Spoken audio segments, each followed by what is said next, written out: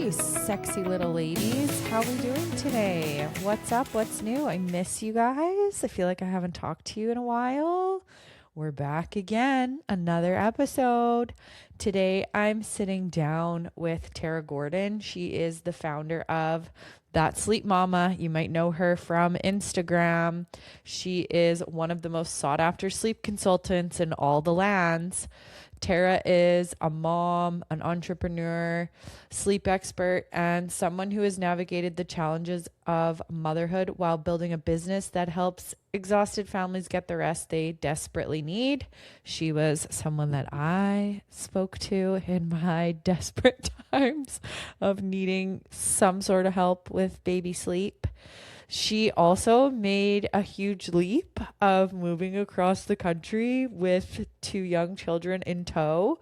So we talk about what that experience was really like and how it shaped things for her with her career and her family now. And of course, we dive into all the things sleep. We cover what sleep training actually is if you're not familiar, who it's for, common misconceptions she gets all the time, and actually some really great practical tips and tricks that you could probably start using right away, tonight, tomorrow. I don't know what time you're listening to this. Tara shares her philosophy around sleep and how she helps families find solutions that work for their unique situations, which I think is really cool. But this conversation obviously goes far beyond sleep. We also get into the realities of modern motherhood, the pressures that come with showing up on social media. I feel like everyone's like, Jordan, this is a dead horse. Stop talking about how hard it is to post on social media. The challenges of running a business while raising kids and the constant balancing act that so many of us moms know all too well. It was such an honest, insightful, and relatable conversation. And I know you're going to take away with, oh my God, not take away. And I know you're going to walk away with plenty of takeaways. I know I did. So whether you're currently in the thick of sleepless nights or you're just simply navigating the many layers of motherhood, here's my conversation with Tara Gordon. Hi, Tara. Welcome to Real Lives of Sask Wives. How are you? Hi, I'm good. How are you? I'm good. Thanks. Thanks for being here today. I always start my podcast the very same way, but I feel like I'm having so many people that I don't really know on lately that I'm like, how do we know each other? But so I'll talk to you about how I kind of came across your desk, and then maybe you can talk about your experience of me coming across yours. Yeah. So my daughter, I did sleep training with my first, and I kind of just, I don't even remember what I followed, maybe a book or something. But then I was just about to go back to work, and I was having so many struggles with her being so upset every time I put her down. And I was like, you know what? I'm done reading all the books. I'm just going to consult the expert. And so I was kind of talking to all of my mom friends, and they said, you got to follow That Sleep Mama on Instagram. Oh, no way. That's so Yes. cool. Yes. And so I came across your desk, and we did like a little discovery call, and we kind of got to the root of the problem and smooth sailing from there. But so then when I started this podcast, I was like, okay, dream guests. I was making a list, and That Sleep Mama was on my list. Oh my gosh, that's so fun. I think when you created your podcast, you started following my Instagram account, Yep. and then I took a peek and I was like, cool. And so I just followed you back. Yeah. And I've just been following along ever since. And Love so it. when you reached out, I'd seen some of your stuff and I was like, yeah, she seems so fun to talk to. I was like, I would love to do that. It aligns. I feel like it aligns Yeah. perfectly. But you're not a Sask wifey anymore. We're breaking the rules a little bit today. I know. Honestly, I'm still a sass girl at heart. Like, Yeah. I am. And like, it's so funny because people often don't realize that I'm in BC now, because I would say like at this point, 90% of my business still comes from Saskatchewan. Mm-hmm. We get a lot of Sask referrals and just, yeah, like everything. So it honestly still feels like a Saskatchewan-based business, even though I live in BC now. Well, you're probably running on Saskatchewan time a little bit if majority of I your am. clientele is. I am. Yes. Like all of my bookings are in Saskatchewan time, so that every time I get a call, I have to do the time calculation, because Yeah. I have a consultant, Stacy, who works with me, and she's in Saskatoon, or just Okay, outside of gotcha. Saskatoon. Yeah. So she's still in Saskatchewan. And so yeah, I just keep everything on SAS time. Yeah, it's probably the smartest way. I grew up in Lloydminster, and Okay. so half, well, not half is on Alberta, right? And half is on Saskatchewan, which is like a really Right. tricky thing with a time change. So lots of Right. things are very much like on the border. So, for example, the drinking age is 18 on one side, 19 on the other. Driver's Right. license, you can get your learners earlier in Saskatchewan, but not in Alberta. Mm-hmm. Like just all of those things are the same. But then Mm-hmm. when it was time, it was certain towns, even in Saskatchewan, still went by the Alberta time change just because so many people would commute into the city. But Mm-hmm. so if you didn't set your phone correctly, it was like a thing all the time. It was always like a reason at work that you were late because your phone would flip between Between. the times and then you'd be late for work Mm-hmm. and you never knew what time it was. Yes. So Yeah, I could that's relate to that. complicated. That's complicated. But a little bit off topic, but BC recently voted to stay on daylight savings. Yes. And I heard Yes. Alberta's doing the same thing, or they're really talking about doing the same thing. So then they'll always be the same as Saskatchewan, Yes, so they voted which would be on nice. that a number of years ago, and it was so close, like 48 to 52% or whatever. My parents were so Okay. ripped that people voted Yeah. that they wanted to keep it. But so they're hoping that they'll vote again because, yeah, it's so annoying. Like, whatever, it's not the biggest deal. What's an hour? But I mean, But it's so still, close. it, Yeah, but it's a still. bit annoying. Yeah. Exactly. Okay, so talk to me, Tara, about where you grew up. You're a Saskatchewan girl, but I know you were in Regina before you moved. So where are we growing up No, in I was in Saskatchewan? Saskatoon. Oh, I you was in were? Saskatoon. Okay. Yep. Why did I think Yep. you were in Regina? That's I don't strange. know. Hmm. Yeah, I don't know. No, I was in Saskatoon. I grew up in a small town northeast of Saskatoon. Um, Literally no one's ever heard of it. It's just a tiny little town. And yeah, I spent my whole life there. And then I moved to Saskatoon to go to university. And then I lived in Saskatoon for a number of years. Um, got married there, had my first kid in Saskatoon. And then when my first was 18 months, we actually moved to BC, to Penticton Okay. for a year and a half. It was like 2020. Like we literally moved, and then a week later they announced the pandemic. Lovely. So we were basically in Penticton for the pandemic, and then we moved back to Saskatoon for two Mhm. years, and then we moved to Vancouver. Okay. And And that's where we're at. so when you first initially went to university, what were you pursuing? What did you want to be when you grew up? So I actually am still an X-ray tech. Okay. I went to school to be an X-ray tech. Actually, when I first went to university, this is hilarious to me now, but I wanted to be a lawyer in the Mm. worst way. And then I got to university and I was like, this is like I was so overwhelmed, and I was like, oh, like it was too much for me.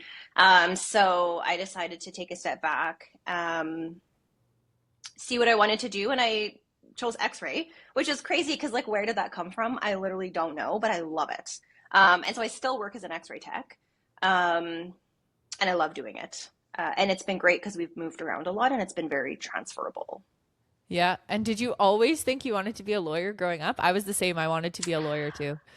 I don't know if it was like a childhood thing, but like the last few years of high school, I think, yeah, I wanted to be a lawyer. I even looked into what do they call it? Paralegal. I even looked into doing Okay. that for a little while when I decided I couldn't cut it being a lawyer. Um, but yeah, and then I just went into the medical field, like total left field. But I love it. And so at what point do you meet your husband? Is he here in Saskatoon when you're in school? Um, yeah, we kind of knew each other as teenagers a little bit, kind of through Okay. friends, and then started dating when I moved to the city to go to university. And so, yeah, we started dating in like 2009, Holy. and we've Okay, been we've been together together a since then. long Yeah, time. And yeah, so what took yeah. you guys to Penticton initially? My husband's job. Yeah, Okay. and the same thing to move back, and the same thing to move out here. Yeah. Okay. Wow. hmm That's a far move and a tough move when you have a baby. How was that experience? Yeah, the first move was stressful. As the more you move, I think it's never not stressful, but it gets a little bit less stressful because you know what to expect and like how to Right. prepare. So yeah, the first move was big. Moving back was obviously exciting because we were coming home. Hmm. And so that was really fun. And then when we moved back to Saskatoon, I had a 2 month old. So I had my second kid in Penticton. And so then when we moved back, he was like 2 months or 4 months, somewhere in there, somewhere in there. Okay. And then my daughter was just turned 3, and we moved back. And then yeah, then we moved to Vancouver when they were 4 and 2 or something, five What's it and like 2. moving with little children? I can't even fathom the idea. I don't know. I guess I don't know what it's like to not move with kids. Yeah, I've never moved without fair. kids. So I don't know. I guess it takes some extra planning because you really have to focus on like, I mean, one of the biggest things was when you do long distance moves, your stuff doesn't arrive when you do, right? It goes on a truck Right. and they give you like a week time frame of when it might arrive. Hmm. Um, so the biggest thing was where are the kids going to sleep when we get to wherever we're going and we don't have our beds yet. So of course when they were little it was like pack and plays and stuff and just making sure we had like blackout curtains and whatever. Hmm. Um, when we moved to Vancouver, we made sure we didn't fly out till our stuff had arrived. My husband was here working already. And so then he got the apartment set up for us, like put the beds together, whatever. So when we arrived, we had a place to sleep. So that was smooth.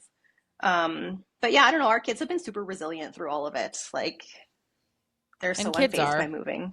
They are. Kids When are, people right? say like, I Yeah. don't know how they're gonna handle it, I'm like, kids always handle it better than adults do. A We're always hundred just percent. projecting our own anxieties onto our kids like they're gonna have bigger Exactly. reactions. Yes. Kids are very resilient. Yeah. And so when does the sleep consulting come into the picture, Tara? And what Yeah. brings it on? Yeah. So when my daughter, my firstborn, was born, she was a terrible sleeper. Actually, that's a lie. When she was born, she was a great sleeper. For the first few months, she slept amazing. I think she slept through the night when she was like 2 months old for the first time. A dreamy Um, girl. Okay. right? Yeah, like I had it made.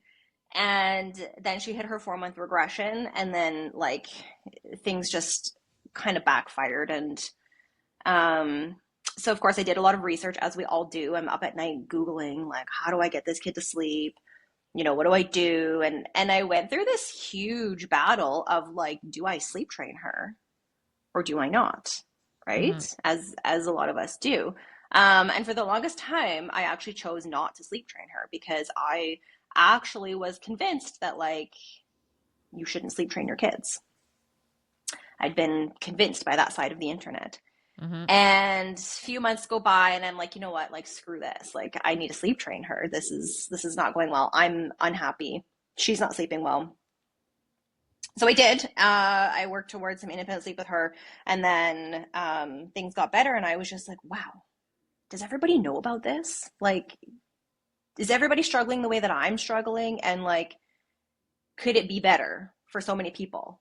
Hmm. And I helped a few friends who were struggling and just gave them some tips based off like what I'd learned with my daughter. And then I realized like, hey, you can do this as a job.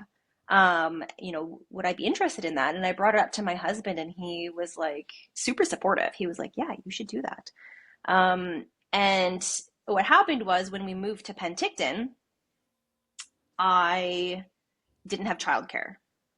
So we were moving to a new city and I didn't even, and then the pandemic hit and there was no childcare, right? And I didn't even know where to begin Hmm. looking for childcare.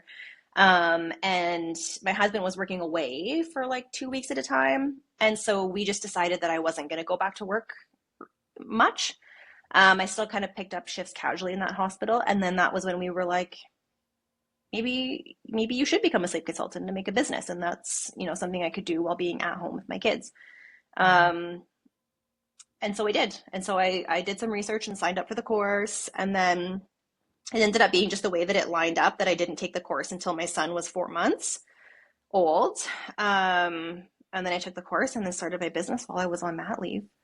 And it was great timing and it worked out.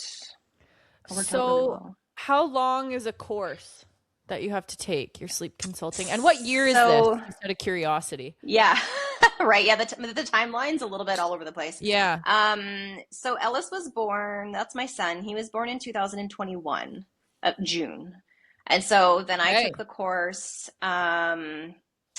in October, I think, of 2021, Okay. and it is a 2 or 3 day like online course. Okay, so Mhm. you and it's like full like 6 hour days or whatever. And you're learning and you're breaking off into groups and talking about stuff and whatever. So you do that, you get kind of your initial like information. And before that, they send you a package of like 8 sleep training books that you have to read before you start this 3 day Okay. thing. It's like literally all the books. I still have them. I can't remember which ones, but all mostly all the books that like moms would be familiar with if they've been reading about sleep training. Mhm. So I read all these books, did this 3 day training, and then after that, you have, I think it's 3 months to work with 3 clients. Okay. Meanwhile, once a week, you have to check in and do like these live calls, these learning calls, like kind of masterclass calls where you're learning more. So all in all, the process is about 3, 4 months, but it's Mhm. kind of condensed into like this little day training and then find some clients, work with some clients, whatever. And then at the end of it, your clients give feedback to your instructor and then they sign you off and certify you. That's the course I chose. They're not all the same. Yeah. Um, but but yeah, and then after that you kind of figure it out as you go. Yeah, for people that maybe aren't familiar with what a sleep consultant is or what sleep training is, do you Mhm. want to give like a general, all-encompassing explanation of that stuff? Yeah, yeah, because a lot of people do not fully understand like what we not only what we do, but what we can do, what we can help Mhm. you with. So sleep training is teaching your baby independent sleep. So if you're constantly having to rock your baby to sleep, feed your baby to sleep, we're going to guide you through the process of getting your baby to sleep on their own. And as a sleep consultant, we have a couple different ways that we can help you through that. We do sleep training packages where for 2 or 3 weeks at a time, we will actually be in touch with you frequently, give you a sleep plan to work through, and then guide you through that process. And I think it's really important because a lot of times people will try sleep training on their own at home and it doesn't go well and they give up. Whereas Mhm. when you have a sleep consultant, you can get on the phone or the text and be like, look, I did this last night and it didn't work. And then we can go, okay, that means, XYZ. Now Mhm. let's take this approach instead. And so then we can guide you in the right direction instead of making it just even more frustrating than it already is for you. Um, but that aside, we also do just like 30-minute phone calls with you. Maybe you don't need to sleep train. Maybe you don't want to sleep train. But you know sleep can be a little bit better. And we can get on the call with you and just get an understanding of what's happening, what your daytime schedule is like, what's happening in the night. And we could go, you know what, just tweak this and this in the daytime.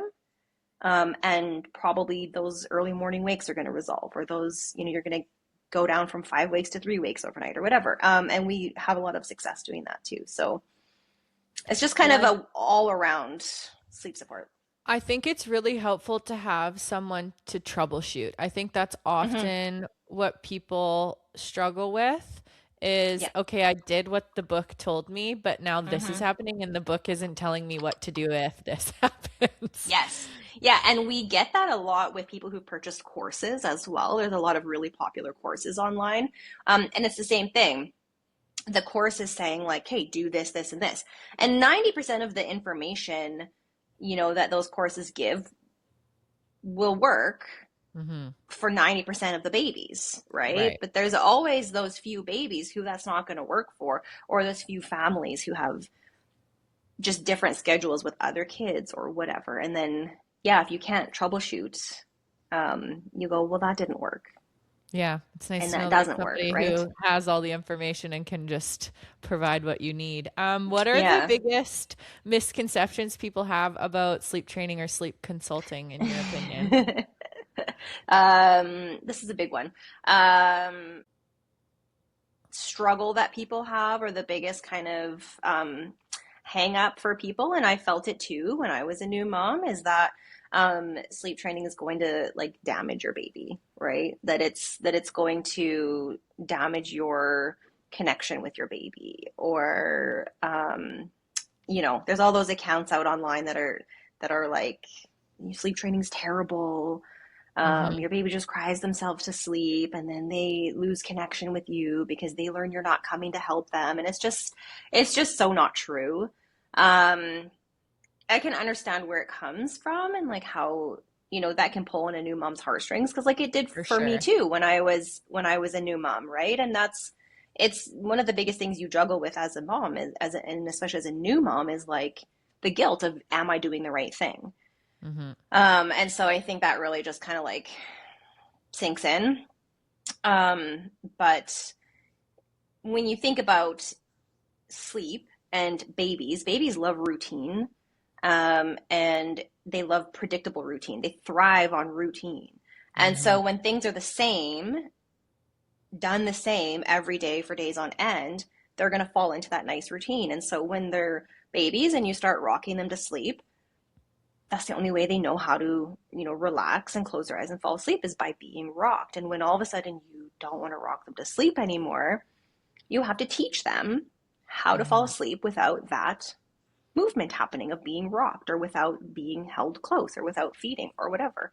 Um, and that's just what it is just teaching them a new way to fall asleep. And there's many different ways to do that. Yeah. And we take lots of different approaches to whatever parents feel comfortable with. Well, and I reflect on me as a human being. I know there are a lot of people who don't have interest in sleep training. I think that's really Mm-hmm. coming up again in social media Yeah. from what I've noticed. And I Yeah. no knock, like we are Mm-hmm. all moms and we all get to make that decision for our kids. And Yeah. I love my mom to death. She is the best mom in the world, but sleep training wasn't really a thing when she was Mm-hmm. raising us. And I'm a terrible sleeper. It takes me Mm. over an hour to fall asleep. And so I tell my mom all the time, I wonder if I would be a better sleeper if I was sleep trained, because I was always Mm. rocked or my back was rubbed or whatever. And that's no knock to people who do that. That's amazing if Yep. that's the type of sleep association you want your kids to have. But now Mm-hmm. as an adult, I can't fall asleep for my life. Right? So, Oh, yeah. Yeah, and it's funny because you hear, of course, everything's mixed, right? And everyone has their mhm, own experience. Like nothing is black and white, especially when it comes to no, babies and especially when it comes to sleep. And you always hear people say, like, you're not going to have to rub their back till they're 18. Or you're not going to have them in your bed till they're 18. But then on the flip side, I do see a lot of comments of parents being like, my 12-year-old is still in my bed. hmm Like, I still have to lay with my 12-year-old or my 10-year-old or whatever at night. And other people will say, like, I laid with my kid till they were 4, and then they didn't need me anymore and they slept on their own. They slept right. great. And it's really just, again, one of those things that's like dependent on the parent, dependent on the child. There's so many different things and environmental things that can play into that. But yeah, one of our biggest things is, it's your choice. You know, Mhm, 100%. I I am not going to push every parent to sleep train. Just hmm because I teach sleep training and I sleep trained my babies doesn't mean that I think everybody has to sleep train. I'm fully aware that a lot of parents don't want to sleep train, and I've worked with families who said, I don't want to sleep train, but I just want to know if I can tweak my schedule. hmm And we help them tweak their schedule, and they still help their babies to sleep, but it gets a little bit better by being on the right wake windows or something. Um, yeah, I think moms have enough on our plates. I do not Yeah. believe in pushing this message that like you have to do it this way or this way. We love meeting Yeah. parents in the middle, and just helping them with where they're at and what they're comfortable with. Yeah, I would say that's a huge misconception about it all. You're not pushing it. It You're just is. like, hey, you know what? Yeah. If you're at your wit's end, maybe give this a go if Yeah. it's something you're open to. Yes. A lot of people see like sleep consultant, like, no, steer clear because she's going to make you sleep train and she's whatever. And it's Right. just like, that's so not us. Yeah, well, and I always want this space in particular of my podcast to be a space where like we're not pushing any narrative. We're just being Mm-mm. open-minded and we're listening to everyone's story and their truth. And that doesn't make anyone else's any different. I don't know. Exactly. I hope Yep. that people always feel that we're just learning, we're just growing. And if it's not for you, then it's not for you. But it Yeah. doesn't mean you have to, yeah. Exactly. Like if some mom out there is listening And she's going like, well, I love rubbing my kids back to sleep. Like, I love laying with my toddler at night. Like, that's great. You know what? Like, Yes. that's truthfully all that I want is for each mom to be happy with her decision Mm-hmm. and to be happy with what she's doing. What I don't want and where I get the issue with is moms being convinced that like, say you shouldn't sleep train. Say you should always rock your baby to sleep and enjoy the snuggles and have the contact naps. Meanwhile, mom's miserable, Right. right? Because she doesn't want to be contact napping all day and she doesn't want to be co-sleeping, but she was told by whoever that sleep training is the worst. And if she wants to have a baby who loves her, she needs to hold the baby all day, every day. And meanwhile, her mental health is just tanking. Mm-hmm. That is what I'm so not okay with, right? Yeah. That's why it's just so not cool when it's like one or the other. Um, it's got to be like, hey, find your group and then fit in Mm-hmm. with them, but do what makes you happy as a mom Yeah. And and there what are you're comfortable people with. that feel that co-sleeping and rocking and snuggling every single night, that brings them fulfillment and that brings them Yeah. joy. I am And they love personally it. not one of those moms. Yeah. Same. And I find fulfillment and joy in my kids having a good night's sleep and me being able to Mm-hmm. connect with my husband and sleeping in the same bed of just Yes. me and my husband and having pillow talk. And maybe you can have all those things with co-sleeping with your particular children, but I can't. Yes. And if Exactly. that makes Yeah. me selfish, that's fine. But I also am just Yeah. like It prioritizing doesn't. my relationship. Yeah. Yeah. Yeah, It's just, again, it's just like babies are individual and moms are individual, exactly. Yeah, and we all just have our things that are important to us.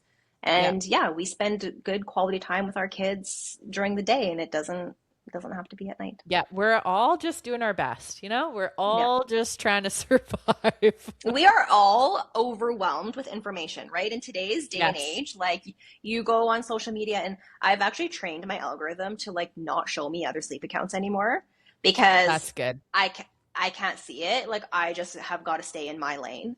Yeah. But when I first started, like I used to just be bombarded and every once in a while I'll search like sleep training just to see what's out there. I did it not too long ago and I was just like, oh my God, Yeah. I'm so overwhelmed. Like, Yeah. I can't It's a lot. imagine new moms, like hormones are raging. You're dealing with this baby, you're figuring out this mom thing, and then you search sleep training on social media or Google or whatever, and you are just like surrounded by all of this conflicting advice. It's just like it's terrifying. Yeah. My mom always says, like, you guys are so lucky that you have so much information at your fingertips. I'm like, well, it can be detrimental too, because It I can be. always Hmm. say in anything in life, you can prove yourself right no matter what Yeah. your opinion is with the internet, Hmm. Yeah, it's which true. is terrifying, really. Well, it Anyways, is. Yeah. back to the sleep consulting. I feel like I'm getting Yeah. too deep, too over the No, top. no, that's good. Um, So someone approaches you for some consulting. Is every plan similar or do you tailor it to be individual to each person that comes to you? Yeah, we do tailor them to each person. So we have like our template sleep plan, Hmm. and a lot of the things on it don't change. But some of the things that change is like we tailor your bedtime routine. So a lot of parents will come to us and say, like, we do this, this, and this. And then we'll say, you know what, let's bring this from here and move it forward. And everybody has a different bedtime routine. Some people are saying, like, my kid watches TV for 20 minutes, then we have a bath, then we feed, then we read stories with baby brother, right? And so we Hmm. fit all those elements in for them. We don't just say, no, you have to do XYZ because everybody does XYZ. So we tailor the bedtime routine to what works for them. And then the schedule.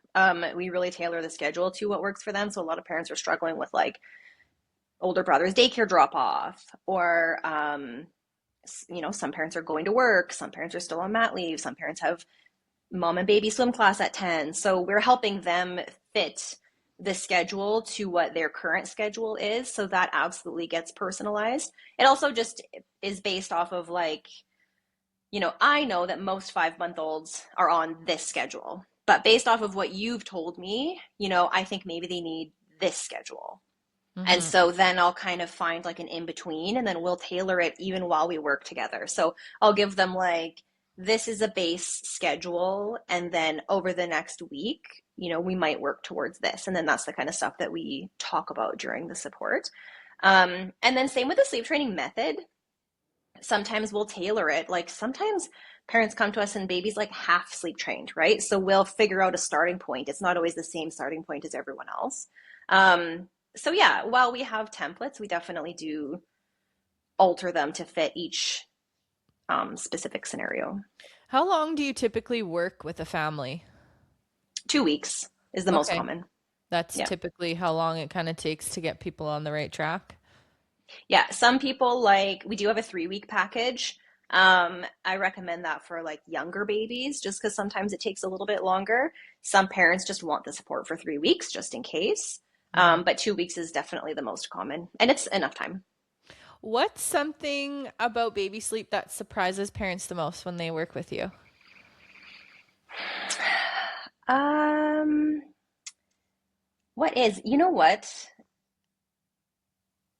I want to say wake windows. Even though that sounds so crazy, right? That sounds so crazy Hmm. because everybody knows about wake windows. Um, but almost everybody who comes to me is like not doing the right wake window. And even though Okay. and it's I get it. Um, because I talk about wake windows all the time on my Instagram, like all the time. Like it is my most talked about thing because I know that half the parents out there aren't doing the right wake window, probably more than half. Um, and a lot of times what happens is like your baby has been doing let's just say a little baby's been doing an hour-long wake window for the last 3 months, right? And so every time the hour mark rolls around, they start to yawn and they look tired, and mom goes, okay, they're tired, I'm going to put them down. And then they take a 25-minute nap. And Mm. parents are just like, I don't get it, like they look tired. And so then I'm telling them, just because they look tired doesn't mean they are. That is that routine that babies love. They're like, oh, it's an hour. Like my body knows at the hour mark, I go to sleep, even though they've outgrown that. And so I Hmm. tell the parents, like, keep them awake for another 15 minutes and they'll take a 45-minute nap. And they do. And the parents are just like, it worked, Whoa. It's magic. Yeah. But I get it because parents are so afraid of making their babies overtired, like deathly Yes. afraid. And that's another internet thing, right? It was really drilled into us from where I don't know, is everywhere on the internet. And so parents are very afraid of making their babies overtired. And it can happen sometimes, but it's more common that babies are undertired. And the second thing that parents are the most surprised about is that your baby can be overtired and undertired at the same time. I didn't know that. Right? Yeah, like weird, right? So a lot of times babies will be undertired, um, like how I said, like going into a nap, they'll be undertired Uh-huh. because their wake window's not long enough. Um, they'll take a short nap and then they'll do it again, take another short nap. Now they're overtired. And then they'll go to Got bed you. overtired because they were undertired all day. And then you'll get like an early morning wake and you'll be like, well, I've made them overtired. So then you're afraid to increase those wake windows because Yes. they slept like an overtired baby overnight, even Yep. though it's because they were undertired, So it's A like, it's v- tricky. Yeah, yeah, vicious cycle is what it it is. sounds Yeah. like. It's very common. It's very common. What are the most common issues parents come to you with? Short naps. Short naps are big, and then frequent night wakes. Honestly, it's really rare for a parent to come to me and say, "I can't not rock my baby to sleep." Right? It's really rare for them to say, "I can't put my baby down and have them fall asleep independently." But it's very common for them to say, "My baby's waking up 6 times a night. My Mm-hmm. baby's taking 20-minute naps," even though the fact that they're being rocked to sleep is what's causing the 6 night wakes or the short naps. It's always the symptom that they're coming to me, that they're having difficulty with. And then we can kind of pick back and go, okay, we need to figure out how to get some independent sleep. And then they'll start sleeping through the night. Is that a part of a certain age for babies that they just take half-hour naps? Yeah. Okay. 1/2 hour naps Yeah. are really normal from like newborn up until like 5, 6 months of age.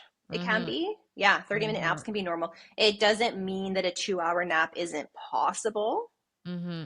right? Some babies will do it. But if you've tried everything and your baby's taking a 30-minute nap, like just wait. Don't like stress yourself even more going they must take an hour nap.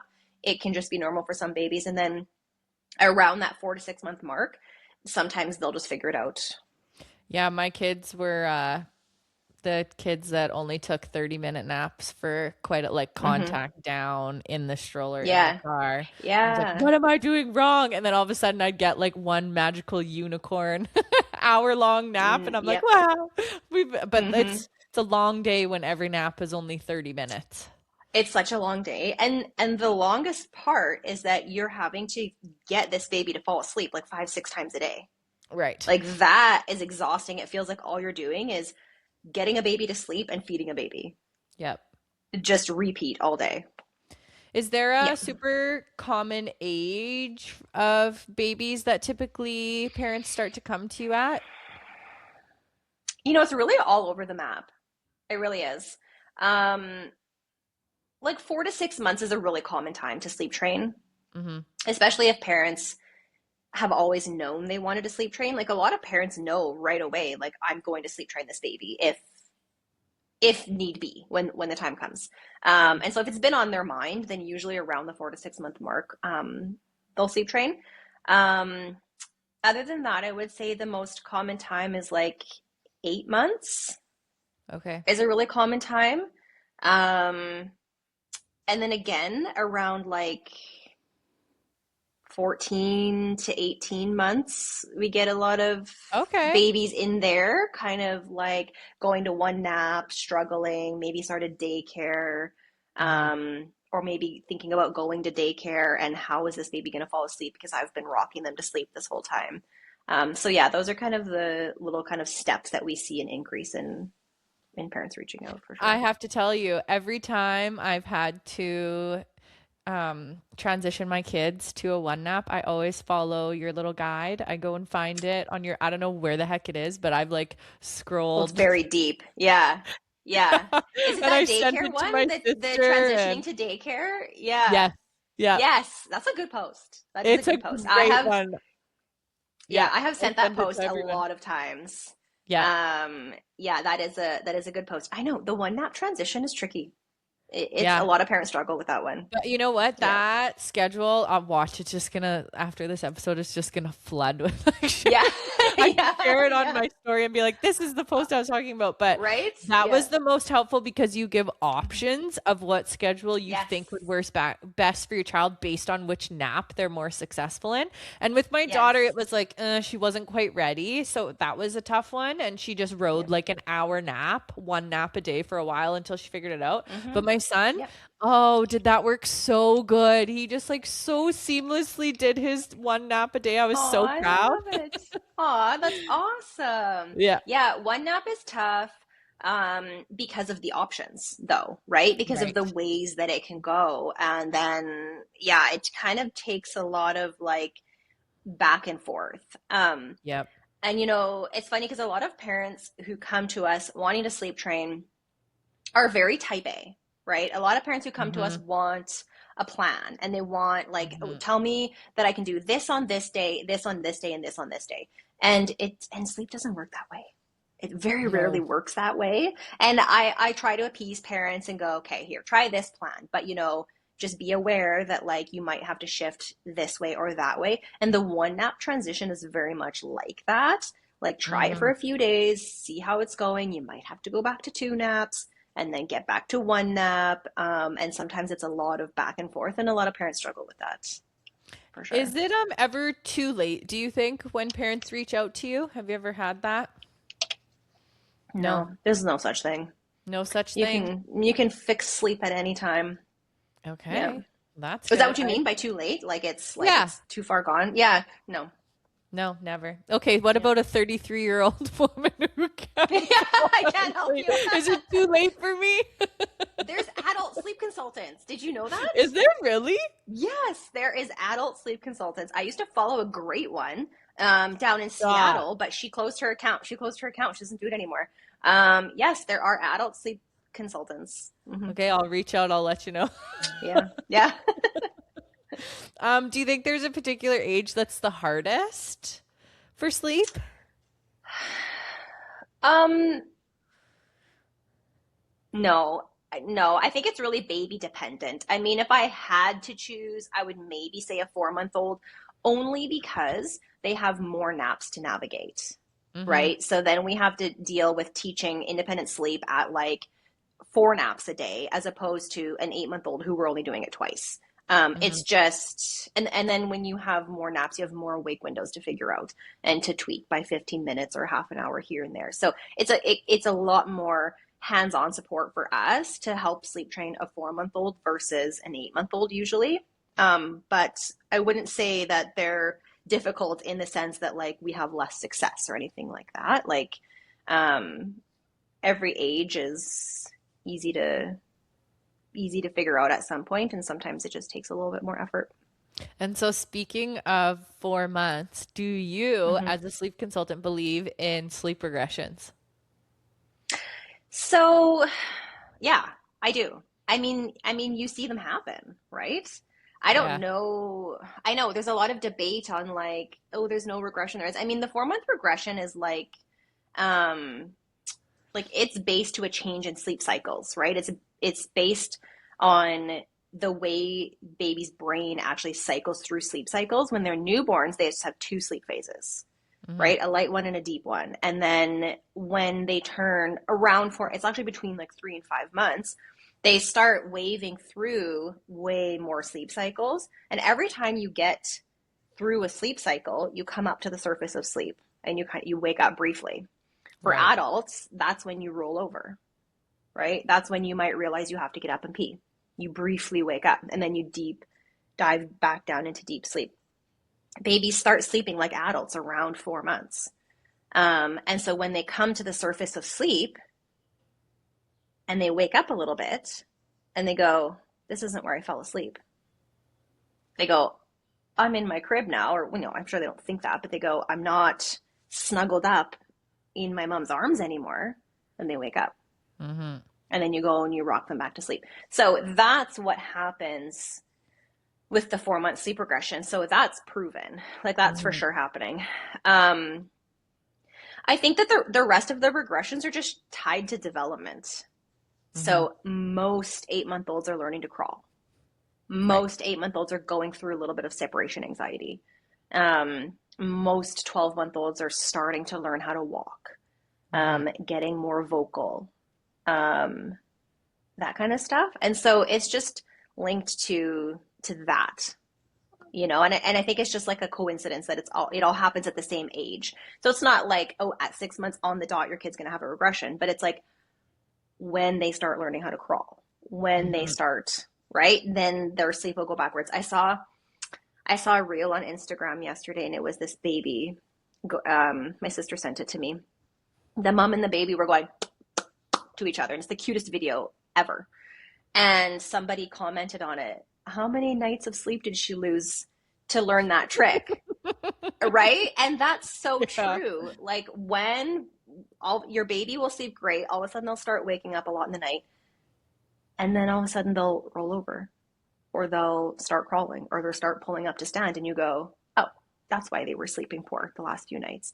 Mm-hmm. So I think it really happens. Yeah. It's just so funny that I see lots of things on the internet and it'll be like, oh, she's going through her 33-month sleep regression. Yeah, I know.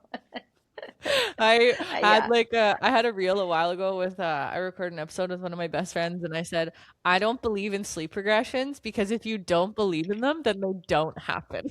Mm. So Because here's the thing I should say though. While sleep regressions do happen, they should only last for like a week, like hmm max 2 weeks, right? And then sleep should go back to normal. yeah. What happens is parents will be like, my baby is going through the 8 month sleep regression, and it'll be happening from like the time they're 7 months to 10 months. And it's like, that's not Mm-mm. the regression anymore, right? Like now your baby Right. just has some habits overnight or you're on a poor schedule, Yep. and we can fix that. Yep.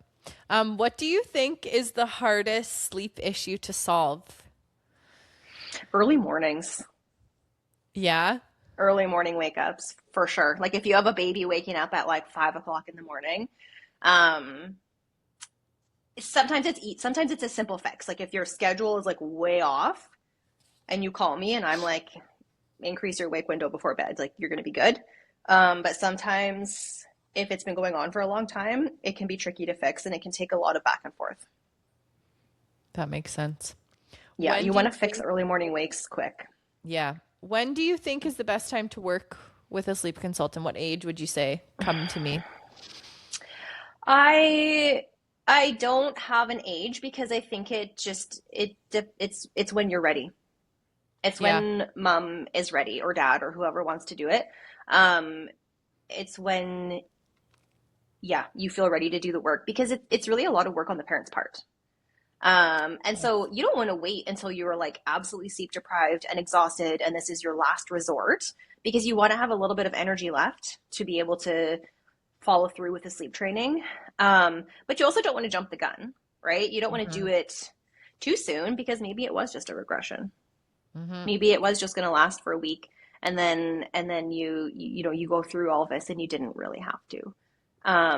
But yeah, I just want you to come to me when you were really feeling ready. And if you're unsure, that's what our little sleep evaluations are for. And then we can talk you through it. And there's been lots of parents who have called me and been like, I don't know. And I'll be like, you know what? You don't need a sleep train yet. This isn't your time. Is Come there a back to me if this certain persists. age that you recommend people do sleep train at? Like a minimum age that Four a baby months. should be? 4 months. Yeah, 4 months. We can shift a little bit into you moving far, far away. Mm-hmm. What's been the hardest part about moving away from Saskatchewan with your kids? Just not having like um, family close by. I mean, we haven't spent Christmas. We've been by ourselves for the last three Christmases. Oh. Birthday parties, like it's always just us. My kids have a lot, they're getting old enough where they have friends now, so we'll invite friends over and stuff, but for sure. And then also just not being able to call my sister and be like, hey, can I drop the kids off? Don't Hmm. get me wrong, I call my sister twice a day, every day. But yeah, just not being like, hey, can you watch my kids? I have to go like have an appointment, or being able to watch her kids for her. That's definitely the hardest part. Do you guys try to make a trip back every year kind of deal to see? Yeah. For sure. Yeah, I've been back multiple times since we've lived here. And then our families have come out lots. Like my parents come out quite a bit, and my husband's mom comes out. My sister's been out. Yeah, we've seen our family lots. It's pretty decent to fly from Vancouver to Saskatoon. It's a good flight. So It's not too yeah. bad. If you can plan Yeah. ahead, it's not too bad. Mm-hmm. Yeah. What's been the best part of the move? I mean, living in Vancouver is like amazing, right? We don't live right in Vancouver. We live just outside of it in Coquitlam. Okay. I just say Vancouver because it's easier than saying Coquitlam. Yeah. Um, but but yeah, just like the scenery, the hiking, the things to do. We've just been like nonstop exploring since we've been here, and it's been super fun. And I mean the weather, like we don't miss the snow. No, I wouldn't either. Yeah. Will there ever be the opportunity to move back, do you think? It's hard to say. I always say never. Like, when we moved to Penticton, we didn't think we were going to be back in Saskatoon. And then when we were back in Saskatoon, I never would have thought we would be moving back to BC. Yeah. So, I don't want to say like, no, we'll never come back. Um, Things do feel stable here, though. Like, this is the longest we've been in one place for a while. Mhm. And things are feeling good. So I see it being a little bit longer term. And how has it been trying to expand your social circle of moving to a new place as like an adult and a mom? Yeah, it's hard, right? Yeah. It's hard. I was lucky that I knew a few people who lived here. And so that was helpful to just meet up with with other moms. And then I got a job, um, working at a hospital close by, and of course then you make friends through work. Hmm. And so that's helpful. But yeah, as a mom, like it's so hard to make friends. I guess I would say though, I think I'm fortunate that like my kids are a little bit older. Like with the fall that we moved, my daughter started kindergarten. Hmm. And then it's a lot easier actually to meet parents through school. Yes. So I did meet a few parents through school, and it's just nice at school drop-offs to see, people that you know, but it's Yeah. definitely not the same as a town that you've been in forever and you just like have people you've known for years. Right. It's a But big yeah, pond compared to your little it spot is. you're. It is. Yeah, but So we're getting what there. does business look like, Tara, from like a time perspective? Are you working as an X-ray tech like part-time and doing the sleep consulting part-time, or like how are you balancing it? Yeah, so I've been working in the hospital kind of part-time and doing sleep consulting definitely on the side. Like I would say a year or two ago, sleep consulting was like full time, right? Yeah. I was doing like last year business was busy. Last Hmm. year business was crazy. It was a great year. Shout out to Kiara. I hired her as a marketing consultant and she was just like Oh, she yeah. blew up my So business, I was okay? gonna say, is she Like running the socials for you? so she didn't, but I hired her on a retainer for like I think it was 3 months. And she just coached me. She just Hmm. coached me through like we would get on a phone call and I would like show her my Instagram posts and she'd fix them for me, right? She'd be like, here's how you can do this, this, and this. And she'd be like, here's how to talk and like stop doing this and start doing this. And she helped me with my offers. And she just showed me like how to be consistent on social media. And like it was an absolute game changer for my business. And business was crazy busy and it was awesome. The past few months, things have slowed down a little bit just because I've been working more and I've been kind of enjoying like going to work and getting out of the house. I mean, I've basically been at home with my kids um, on and off for like almost 8 years now. And it Hmm. feels really good to be getting back into going to work. Hmm. Um, but I have Stacy who works with me out of Saskatoon. She's taking on most of the clients right now. She's doing a lot of the work right now with clients. She's taking a lot of the calls. She's taking actually all the one-on-one clients right now. And I'm just kind of doing like the marketing on social media and like answering the questions in DMs and stuff.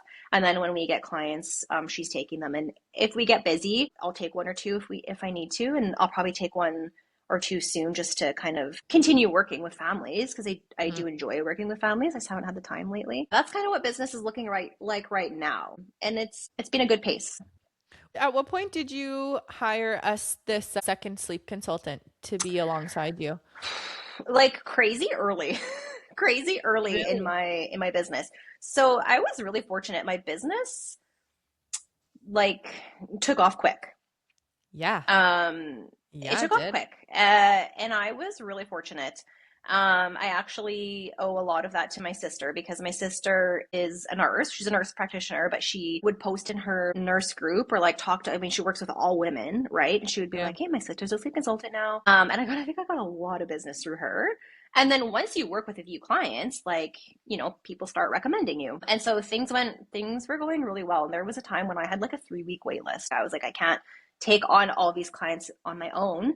And people were having to wait a long time to work with me. And then Stacy reached out to me. She's like, hey, I'm finishing my training soon. I'm wondering if you'd want to let me work with you. And I didn't even know her. I was like, who is this girl? What if she's weird? Like, how do I Right. trust How do you her? know you Right? Like, align? I don't know who she Yeah. is. And there was just something about her. I've got good gut instinct. Okay. That's something I'm proud of is I think I have good gut instinct. And I had a good gut instinct about her. And I met up with her and I was like, I believe in this girl. Like I think that was one of the best business decisions I've ever made is bringing her on. Like she's fantastic. She literally gets better Google reviews than I do. Okay. Like when she works with a Ooh. client, they like if you go read our Google reviews, 75% of them are just finished working with Stacy. She's so good. She's fantastic. And her and I have become such good friends. And I feel so fortunate to have her in my life as a friend and as a business partner. So yeah, that's one of the best decisions. And she's been part of my business for 3 years now, I think. I think she sent me something the other Okay. day and it just was like a memory from 3 years ago. And she started working with me. Yeah. Like hearing that you kind of started it in like, what'd you say, 2021? Mm-hmm. Because I would have consulted with you in early 2023, and I would have never known Okay. that you had only been at it for like a little over a year, maybe a little Right. bit more. Tara, you were so Yes. professional. Your social Oh, media was so on point. And now, as someone who knows I have to make sure my social media is aesthetic, it's a right. lot of work. So good for It's a you lot for of having work. that all Ah, figured thank out. you. Thank you. I mean, I was on mat leave at the time, so I want to say I had more time, but did I? I had two kids at home. And sometimes I'm like, how did I get through that point in my life? But my kids were good sleepers, right? So I had my kids were good sleepers. Like I'd put them to bed at night, and then I'd like work on my stuff, or like when Ellis would nap, like I think my daughter still took a nap at that point, and so like they'd go down for their naps, and I'd like do my stuff. You know what? It was also very beneficial for me to be starting a sleep consulting business with a little baby. Right. I was very relatable at the Yeah. time. I basically went through Ellis's whole sleep journey while building my business. And I think a lot of moms really related with the things that I could talk about at the time. Mhm. And I think that was really helpful too. I was talking to, I had a girl on here that is a makeup artist, and she actually Mm-hmm. moved down to the States in the Mm. midst of makeup artistry. Her husband had been offered a job, and she said her makeup, she had such a hard time building a clientele there because when you're a mom and that's your business, you don't really like expand your circle. And so what she actually did is she did a couple of boosts on her posts, and then she like took off Mm. like that down there. Oh, So cool. put that in your back Yeah, pocket. right. You know what? I think I might have even done that in the very beginning. Like I used to boost a post here and there. Yeah, Instagram has changed so much in the last like it really 5 years. has. It's changed so much. And It's so crazy. when you're in Saskatchewan, because you've quite a following for your Mhm. sleep consult, do you get recognized? Do people say like, "Oh my God, you're the sleep girl"? It has happened. Okay, it has happened Yeah. once or twice. One time I was at a park with my kids and somebody came up to me and she was like, "Are you Tara from That Sleep Mom?" And I was like, "Yes." And one time actually my sister was out for coffee with like her little boy and somebody like recognized her and her son because I shared them lots on social Stop. media. Yeah, yeah. But it's funny because of like I don't know. I should look sometime, but it's not a large percentage of my following that's from Saskatchewan. Like it might be like 40% or something. Hmm. But sleep consulting is very big in Australia. Okay. And I have a few followers from Australia. I've worked with some people from Australia. And then I have quite a few followers from the UK, I think, Mm. and also the States. And I've Okay. actually worked with a few clients from the States, which is Yeah. a whole new experience because those moms are back at work. So it's a very different Yeah. experience from working with moms in Canada versus working with moms in the States. That's it's good You'd really have to shift your packages and your tailoring to that, because yeah. because they're at daycare. And like a lot of times, like I worked with one mom who we sleep trained her 6 month old, 4 to 6 months old, I can't remember. And the daycare wouldn't stop rocking him to sleep at daycare. So we had to allow him to be rocked to sleep at daycare and then just do what we could at home to Hmm. keep things on track. It was interesting, yeah. But You know you just what? have to do what you Actually, have to that do. that makes me think of when I was starting to look at daycares for my daughter, my firstborn. You don't know what to ask when you go in there. And you know what I'm finding so interesting now that I'm in the phase of she's phased out of a nap and I'm talking to all of these moms that like we're in the 4-year-old phase, right? Most of them are done napping Hmm. at this point. And lots of Hmm. moms that are in daycare, they're like, "Oh, our daycare has a hard rule that everyone has to nap Yeah, and they have to lay there." And so these kids are napping until they yeah. go into grade one. And so then these parents are up with their kids until like 10 at Till night, 10 some of them. o'clock at night. Which Yeah, I'm like, how I would know. you know to ask that when you're putting your 1-year-old in daycare? How would you know? And the thing is that nowadays daycare is so hard to get into that do you even Yeah. care? Yep. right? Like if you have to go back to work and so you need daycare, it's like as long as it's a clean, safe, trustworthy place, you have to deal with the nap. Yeah, And it's it crazy. sucks. I know. I work with a lot of moms or talk on the phone with a lot of parents who are like, my kid naps at daycare, and then they're up late. And my only solution to that is don't nap them on the weekends or any day that you have off from daycare. Yeah. Don't nap them or do a super short nap to help build up some sleep pressures so that when they nap during the week, it's maybe a little bit more needed and it's kind of offset by not napping on the weekend, but it's tough. Those would be tough It, days. I'm speaking of until they're in grade one, because they still have to go to daycare every other day, in Mhm. BC, they go to kindergarten full time. What? Everywhere? Yeah.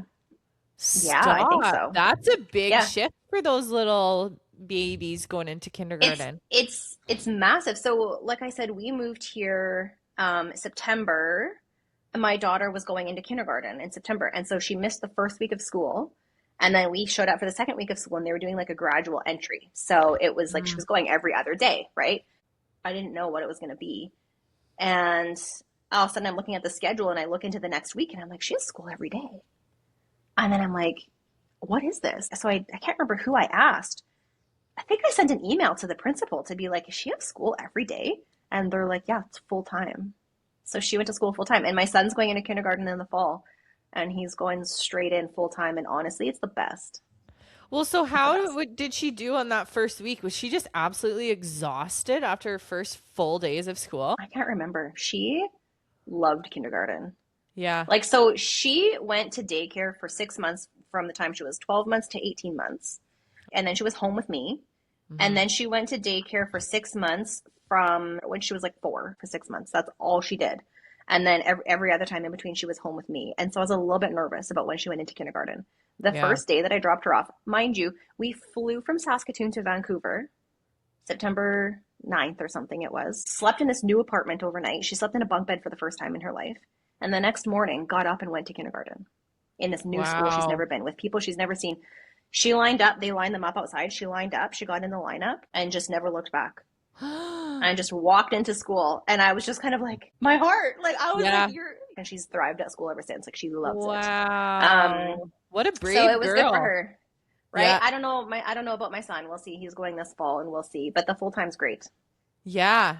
Well, I And know I they think that would have cause, some here, but yeah, like I think that's just so much less stressful for parents who are trying to find that part-time daycare, right? yep. Yep. I think they just changed the legislation for it used to be that you had to start paying like that full-time rate and it wasn't Mm-hmm. subsidized. I think they changed that now to be like once you're done kindergarten, then you would have to pay Like the age six or full-time rate. something. Yeah, so Yeah, that's good because yeah, that was a stressor that's too, good. even of like for next year. Well, what the heck are we gonna do? Pay a thousand Yeah. dollars for before and after and part-time daycare? Like, and I know people are paying that at not Mm-hmm. subsidized daycares, but it's a pretty Yeah. penny. It's expensive. Yeah. Yeah, yeah. What has been your favorite thing about living in BC? The full-time kindergarten? The full-time kindergarten. Yeah. Yeah. Seriously. No, just the nature. Just being able to go for a hike, go on a short drive and be at a really beautiful lake, getting outside with the kids like nearly every day, going on bike rides. A lot of people think like, oh, you're in a big city, there's not a lot to do, you're just in the concrete jungle, but Vancouver and the lower mainland is so full of nature and like there's little bike paths everywhere, little rivers running through the city and parks everywhere. And just being able to take advantage of it year round is amazing. So definitely I would say that has been our favorite part. I love getting outside and going biking with the kids or going on hikes. But I think no matter where you move to, it's so fun to explore a new place, Totally. right? It's so fun to get out and go, well, let's check out this part of the city or let's go drive out and see this hike or whatever. It's just so fun to be exploring new things with your I kids. think my favorite thing always when I go to the Vancouver area, we have family out there and we go like every couple Mhm. years for a trip. I'm like, the trees are just so freaking big. Like you just forget Yeah. how big they are every time. I'm like, wow. Yes. Yeah. It's like kind of majestic, right? And you Yes. go on those hikes and it's like this little winding path and these like massive trees beside you. Yeah, it's Yeah. cool. Okay, sound machines. Are you yay or nay for a sound machine? Yay. Yeah. Like Okay, I so figured. yay. Like please have them. Yeah. Do My you my have a 5-year-old still thinks they're recommendation fun. of like the best one, best bang for your buck, longest lasting, anything from experience? The hatch? I mean, my son is using our original hatch that we have had. Actually, I don't think I had a hatch for my daughter, but I think I bought it for him, and so he's going to be 5 next week or Mm-hmm. in 2 weeks or something. So like, Mm-hmm.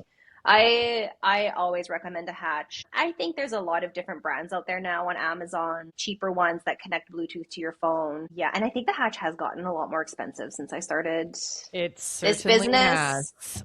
Yeah, like how much are they now? I used to give them away all the time. That's Like also how I grew my following. I did a lot of giveaways. I used when to give away a lot of my hatches. daughter, so my daughter's a year younger than your son, it was a hundred Okay. dollars. And Yeah. now the cheapest one is like the little portable one that you can take on a trip and you just press the buttons Yeah, I to have find a that one. sound. Yeah, yeah. That's about 70. So I would Okay. guess like the next one is probably like, I don't know. People are going to tell me I'm wrong, but like 120 at least for like the Yeah, lowest maybe. model. Yeah. Yeah, like I kind of remember sometimes I'd get them on sale on Amazon for like maybe $90 or something. Hmm. But then I remember sometimes it'd be like 110. And then Yeah. like, yeah, maybe they've been creeping up. I don't know. My sister just bought one for a mom who's having a baby. I can't remember if she told me how much they were, but I just love them so much. They're also such a They're so great good. gift for someone that's having a They're baby. such a great gift. They're Yeah, such a great gift. Yeah, yeah, like get someone a hatch. And just the fact that you can control it from your phone, the volume is so good, being able to turn it up and down. So, you're worried about their ears. You can get your decibel counter on your phone and then make sure you're at the right decibel yeah. I've level. done. It should be 50 or less where the baby's head is, but that's really helpful. But then also when they become toddlers and you're doing the whole red light, green light thing, and you're worried about them coming out of their room, if they wake up super early in the morning and you're like, there's no way they're staying in their room for another hour, but that's when the light turns green, flip it green on your phone, Yep. right? Because then you're reinforcing, like, hey, it's green, you can come out without having to fight to have them stay in their room. They don't know Right. that it's 6:30 instead of 7. That was the best thing we did when we transitioned our daughter to her big girl bed is we just immediately did. And when the light turns on, that Yep. means it's time for you to come out. Yeah, it's literally we've used it for since she was born, so 4 years. Mm-hmm. But is there Yeah. any I read this online, I don't know if it's true. Is there anything saying that you should stop the sound machine at a certain age, like the white noise or the brown noise?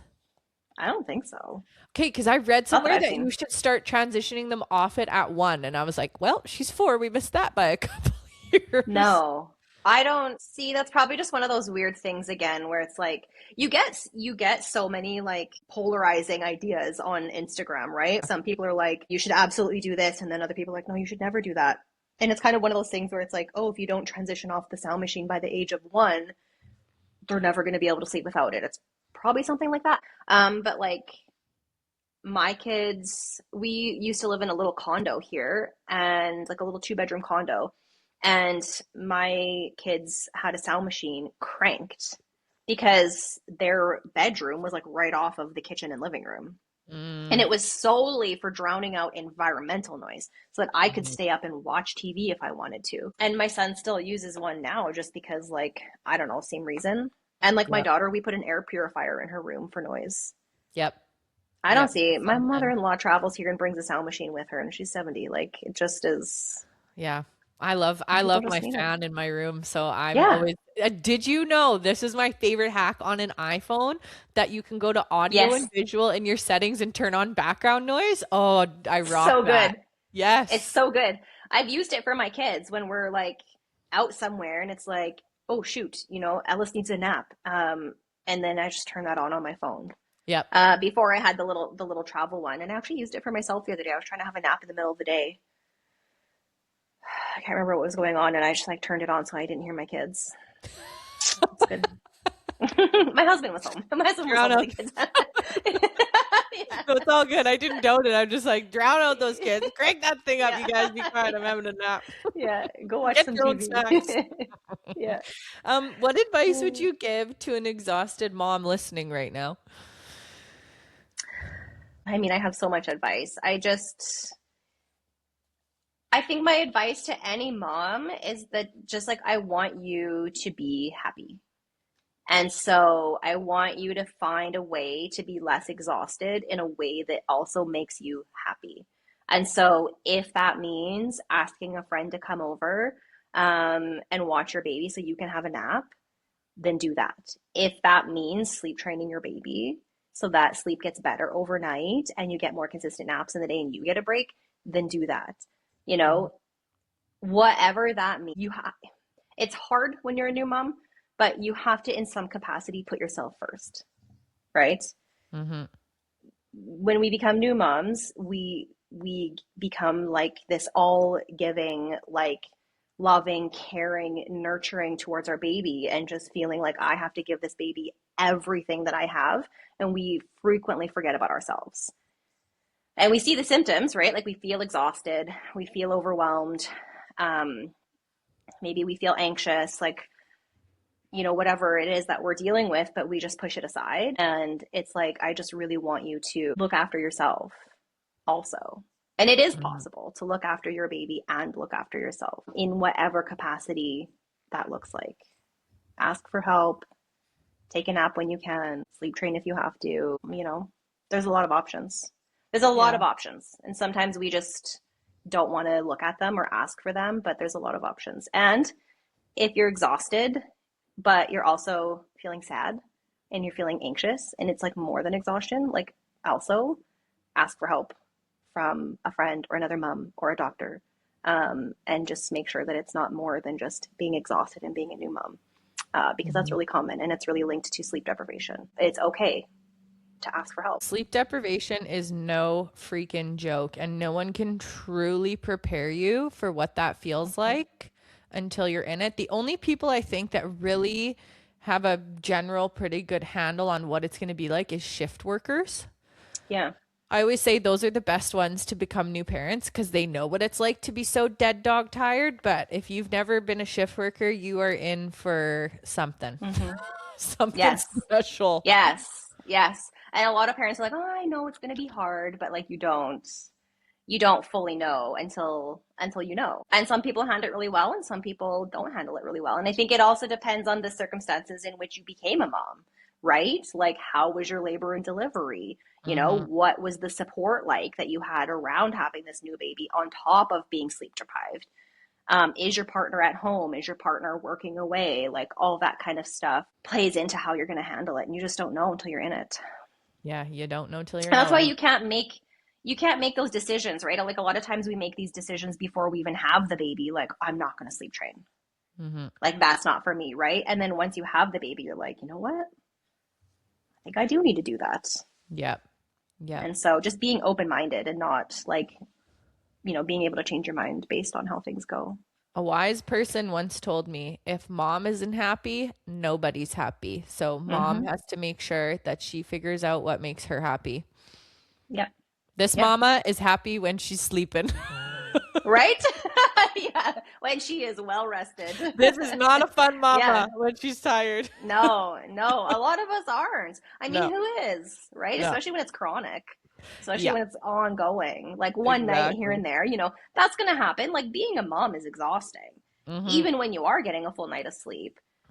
But yeah, when it's ongoing and it's weeks and weeks and weeks and months on end, it definitely wears on you for sure. Well, and I always say to myself, it'll always be a random day, and I'm like, oh, should we have a third? Should we? Should we? And Yeah. then that night, like clockwork, my kids don't Yeah. sleep, and I'm like, nope, we're not doing that again. Nope. Nope, never mind. I Yeah. changed my mind. It's too good. You're like, I'm not going back to that. Yeah. Absolutely not. I know. I totally Tara, get it. where can people find you on socials and all the things? Where can they? Well, I'll tag all these things, but it's always good to plug it all. Yeah, so Instagram is just that sleep mama. We're pretty straightforward. Like my website is thatsleepmama.com. That's kind of, I have kind of keeping it like strictly to Instagram. My stuff cross posts to Facebook, but I'm not really active over there. That said, I tried to delve into TikTok one time and it wasn't for me. I couldn't come up with two different kinds of content. And I tried to briefly get into YouTube and that was too much work for me. You don't want to go And to TikTok. so They're mean over there, Tara. They're so mean to me on TikTok. it's a different vibe over there. Yeah, I'm afraid of it. I don't even like look on there really. Like every once in a while I'll go over there and just and see things, but yeah, I'm like I don't know if it's my age, but I'm an Instagram girl. That's just It's what I'll a be. it's a lawless land.